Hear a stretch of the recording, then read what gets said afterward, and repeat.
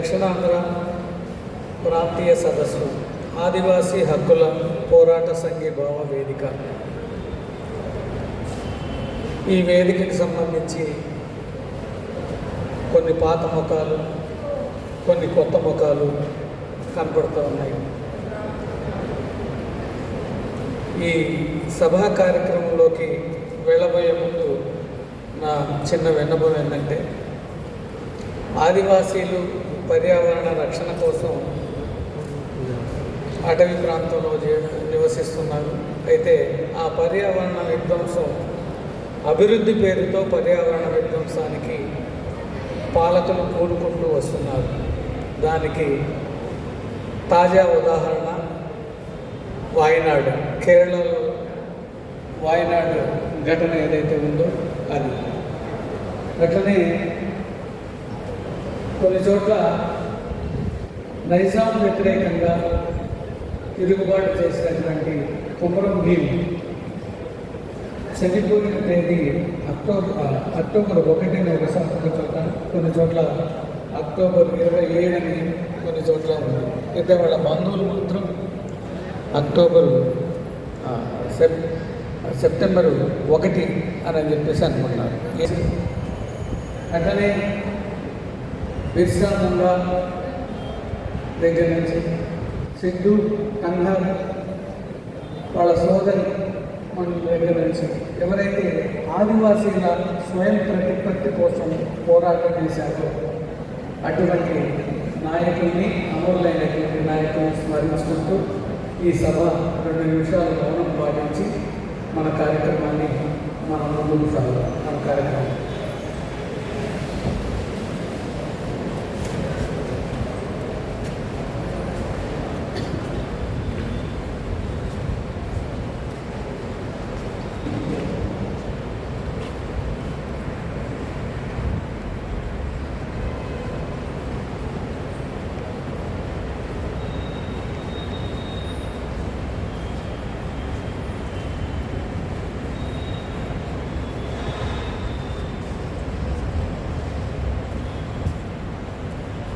జోహార్ ఆదివాసీ అమర వీరులకు, జోహార్ జోహార్ కుమరం భీమ్, జోహార్ కుమరం భీమ్, జోహార్ బిర్సా ముండా, జోహార్ బిర్సా ముండా, జోహార్ సిద్దిక్, జోహార్ సిద్దిక్, జోహార్ కన్హై, జోహార్ కన్హై.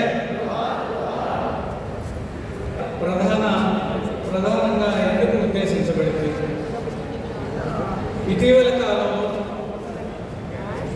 మధ్య భారతదేశంలో కానీ, అట్లా మిజోరాం లాంటి రాష్ట్రాల్లో కానివ్వండి, మన రాష్ట్రానికి సంబంధించినటువంటి ఆంధ్ర, ఒరిస్సా, తెలంగాణ బార్డర్కి సంబంధించిన ఏరియాలో కానివ్వండి, ఇటీవల కాలంలో ఆదివాసీలపై అణచివేత కార్యక్రమాలు చాలా విస్తృతంగా జరుగుతూ ఉన్నాయి, విపరీతంగా జరుగుతూ ఉన్నాయి. అదేవిధంగా ఆదివాసీల్ని విస్థాపనకు గురి చేస్తూ ఉన్నారు. అంటే ఉన్న చోటు నుంచి వేరే చోటుకి తరలించే ప్రయత్నం, ఆ తరలింపు బలవంతంగా కూడా జరుగుతూ ఉంది. అట్లా తరలిపోవటానికి ఎవరైతే సిద్ధపడలేదో అటువంటి ఆదివాసీలపై హింస చాలా పెచ్చరిల్లిపోయింది. ఇటీవల కాలంలో ఒక్క ఛత్తీస్గఢ్ రాష్ట్రంలోనే దాదాపు 170 మంది పైగా ఆదివాసీలు లేదా సిపిఐ మావోయిస్టులు చనిపోయారు అని చెప్పేసి ప్రభుత్వ లెక్కలు చెప్తా ఉన్నాయి. ప్రభుత్వం మాత్రం వీళ్ళందరూ కూడా సిపిఐ మావోయిస్టులు అని చెప్పేసి చెప్తా ఉన్నారు.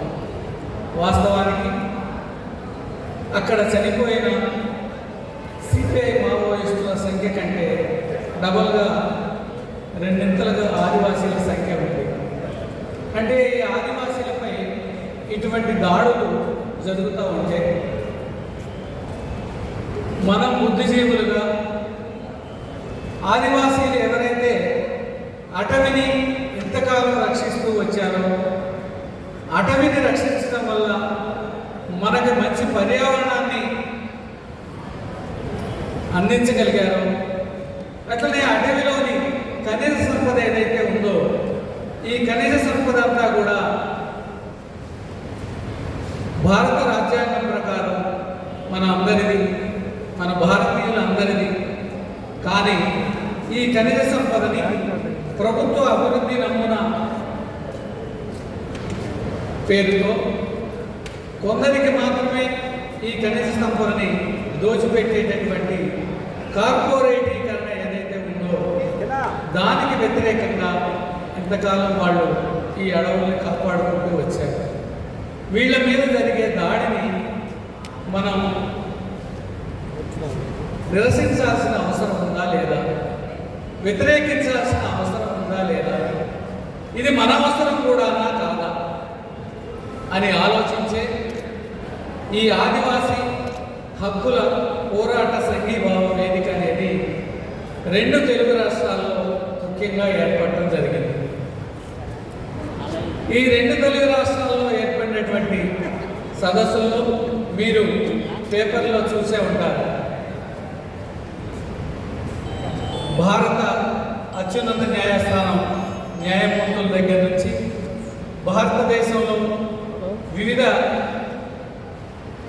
పర్యావరణ వ్యతిరేకంగా, పర్యావరణ విధ్వంసానికి వ్యతిరేకంగా పోరాటం చేసే హక్కుల కార్యకర్తలు, అట్లనే ఆదివాసీల మీద ప్రత్యేకంగా ఆదివాసీల్ని రక్షణ కోసం ఏర్పడినటువంటి సంఘాలు, ఈ సంఘాలకు సంబంధించినటువంటి అనేక మంది మేధావులు మాట్లాడుతూ వస్తూ ఉన్నారు. విజయవాడలో జరిగిన సదస్సులు అయితే ప్రజాప్రతినిధులుగా ఉన్నటువంటి ఎమ్మెల్సీలు, అట్లనే వడ్డే సోమనాథకృష్ణరావు లాంటి మాజీ మంత్రులు, పార్లమెంటు సభ్యులు, ఇట్లాంటి వాళ్ళంతా కూడా మనతో గొంతు కలిపి మనతో పాటు నడుస్తామని చెప్పేసి ఈ వేదికలో సభ్యులుగా ఉన్నారు, కన్వీనర్లుగా ఉన్నారు, కో కన్వీనర్లుగా కూడా ఉన్నారు. కాబట్టి ఈ ఆదివాసీల సంఘీభావ సదస్సు, సంఘీభావ పోరాట సంఘీభావ వేదిక ఒంటరిగా లేదు. ఇది ఏ పౌర హక్కుల సంఘం లేదా ఏదన్నా ఒక విప్లవ పార్టీలకు సంబంధించిన సంఘాలు ఏర్పాటు చేసుకున్నటువంటి సంఘాలతో ఏర్పడినటువంటి కలయిక కాదు. ఇది బీజేపీ అలయన్స్ ఏదైతే ఉందో ఆ అలయన్స్ ఏతర ఉన్న రాజకీయ పార్టీల మొత్తాన్ని కూడా ఈ సదస్సు ఆహ్వానిస్తాము. ఈ సదస్సులో చేరమని, ఈ వేదికలో చేరమని చెప్పేసి ఆహ్వానిస్తాము. ఈ వేదికలో మీరు భాగస్వాములు కండి, ఈ వేదికకు మీరు నాయకత్వం వహించండి అని చెప్పేసి కోరుతాము. ఎందుకంటే అశేష ప్రజానీకం వివిధ రాజకీయ పార్టీల్లో బుద్ధిజీవులుగా, వివిధ రాజకీయ పార్టీల్లో సంఘాల్లో మేధావులుగా ఉన్నారు. కవులు, కళాకారుల దగ్గర నుంచి అన్ని రంగాలకు సంబంధించినటువంటి బుద్ధిజీవులు కూడా ఈ వేదికలో చేరచ్చు, వేదికలో చేరి నాయకత్వం వహించవచ్చు. మన అందరం కలిసి ఆదివాసీలపై జరుగుతున్నటువంటి దాడులను, హక్కుల హననాన్ని వ్యతిరేకిద్దాం. అయితే ఆదివాసీలకి సంఘంలో, సంఘీభావ సంఘంలో ఆదివాసీలు లేరు కదా అని చెప్పేసి చాలామంది మాట్లాడుతూ ఉన్నారు. ఆదివాసీలు చేసే పోరాటానికి సంఘీభావం తెలపడానికే ఈ వేదిక ఏర్పడింది. ఆదివాసీలు ఉంటారు, వాళ్ళకి సంఘీభావం తెలిపేటటువంటి పలువురు మేధావులు, ప్రజా సంఘాలకు సంబంధించిన వాళ్ళు ఉంటారు.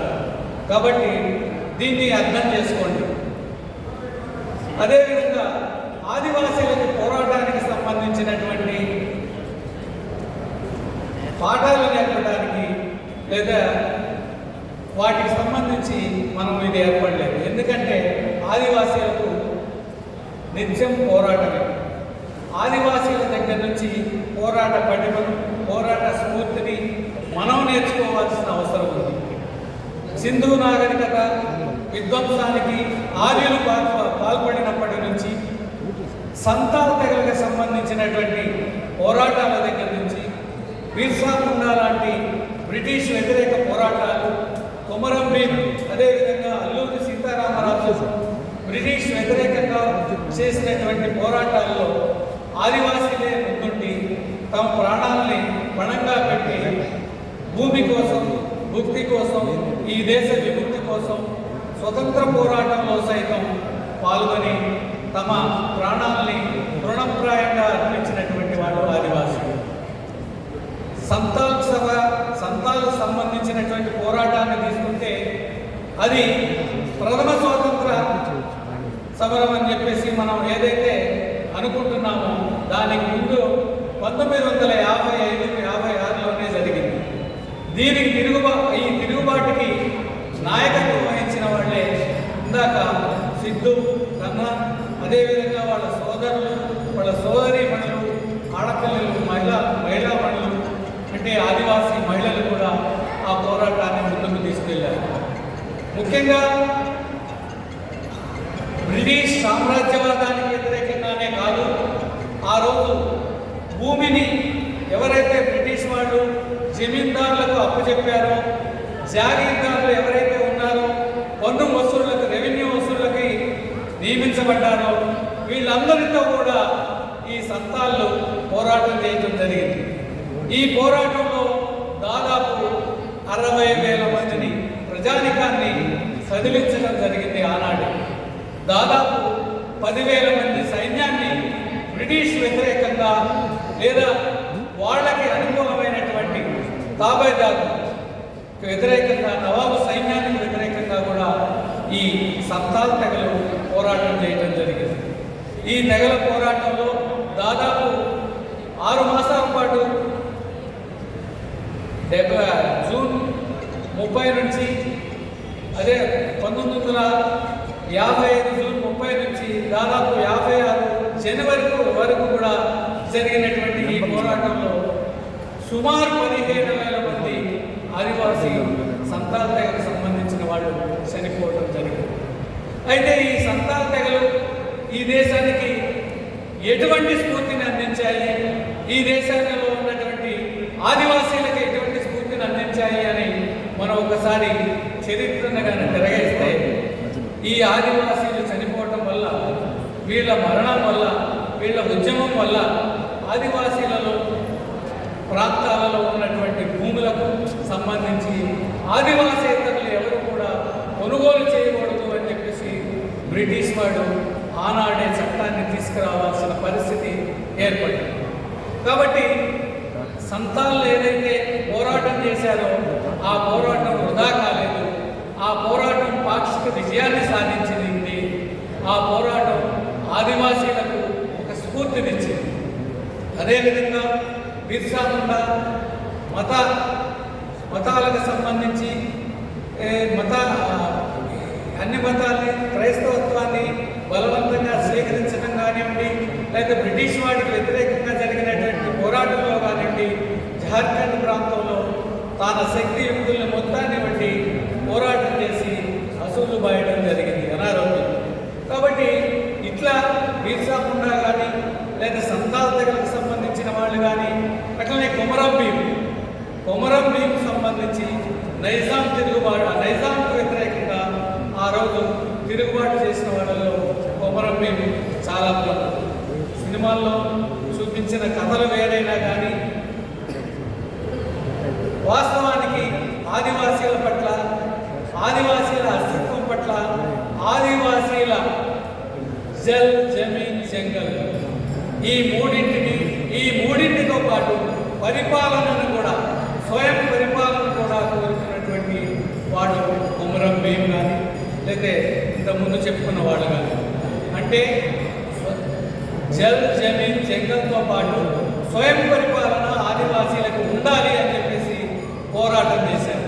మరి వీళ్ళందరూ కూడా పోరాటం చేస్తే ఈ ఆదివాసీలకు దక్కింది ఏంటి అని అంటే, భారత రాజ్యాంగంలో షెడ్యూల్ 5 కానీ, షెడ్యూల్ 6 కానీ, దీనిలో పొందుపరచబడినటువంటి ప్రతి హక్కు కూడా వీళ్ళ పోరాటం వల్లనే మనం సాధించుకోగలిగాము. అట్లనే ఆదివాసీలు ఆ రోజు ఉద్యమాలు చేయబట్టే 1/70 జార్ఖండ్లో అయితే ఒక రకమైన చట్టం బ్రిటిష్ వాడు తీసుకొస్తే ఆ తర్వాత ఉమ్మడి ఆంధ్రప్రదేశ్లో 1/70 చట్టం ఆదివాసీ ఏతరులు ఆదివాసీల భూములు కొనటానికి అమ్మటానికి వీల్లేదు అని చెప్పేసి చట్టాన్ని తీసుకురాక తప్పలేదు భారత ప్రభుత్వానికి కూడా. ఆ విధంగానే అటవీ హక్కుల చట్టాలు, వీసా చట్టం ఇట్లాంటివన్నీ కూడా పంచాయతీరాజ్ చట్టాన్ని తీసుకువచ్చేటప్పుడు భారత ప్రభుత్వం ఆ పంచాయతీరాజ్ చట్టంలో దీన్ని మినహాయించి, ఏది ఆదివాసీలు ఉండే ప్రాంతాలను మినహాయించి వీసా యాక్ట్ తీసుకురావడం జరిగింది. కాబట్టి ఈ పోరాటాలన్నీ ఆదివాసీల పోరాటాల వల్లనే, ఆదివాసీలకు బుద్ధిజీవుల సంఘీభావం తెలపడం వల్లనే భారత రాజ్యాంగంలో కానీ అనేక చట్టాల రూపంలో కానీ రావడం జరిగింది. మరి నేడు ఆదివాసీల స్థితిగతులు ఏ విధంగా ఉన్నాయి? కనీసం డాక్టర్ బాబాసాహెబ్ అంబేద్కర్ ఏదైతే మన రాజ్యాంగంలోని ప్రాథమిక హక్కుల్ని పొందుపరిచాడో, ఆ పొందుపరిచినటువంటి ప్రాథమిక హక్కులు కానివ్వండి, అదేవిధంగా ఆదేశిక సూత్రాల్లో ఏవైతే చేర్చారో ఈ ఆదేశిక సూత్రాలు కానీ వీటన్నిటినీ కూడా 77 ఏళ్ల స్వాతంత్ర పోరాటంలో ఏవీ కూడా సక్రమంగా అమలు కాని స్థితి ఉంది. అమలు కాలేదు, నిర్లక్ష్యం చేశారు అంటే అది వేరే సంగతి. కానీ అణగదొక్కే స్థితి నేడు నెలకొని ఉంది. నిర్లక్ష్యం చేయటం వేరు, పట్టించుకోకపోవటం వేరు. కానీ నేడు ఆదివాసీల్ని అణగదొక్కే స్థితిలో భారత పాలకులు ఉన్నారు. దీన్ని మనం గట్టిగా ఆలోచించాల్సిన స్థితి ఏర్పడింది.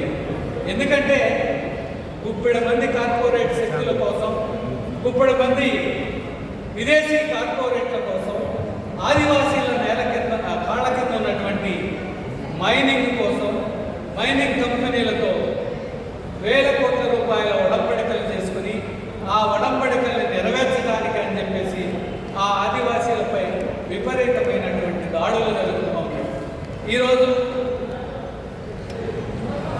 ఆదివాసీలు అంటే మావోయిస్టులని, ముస్లింలు అంటే పాకిస్తాన్ తీవ్రవాదులని, లేకపోతే ఇట్లా రకరకాల పేర్లు పెట్టి వాళ్ళకి బనాయించి ప్రభుత్వం వీళ్ళని అణిచివేసేటటువంటి కుట్రలు కొనసాగిస్తాము.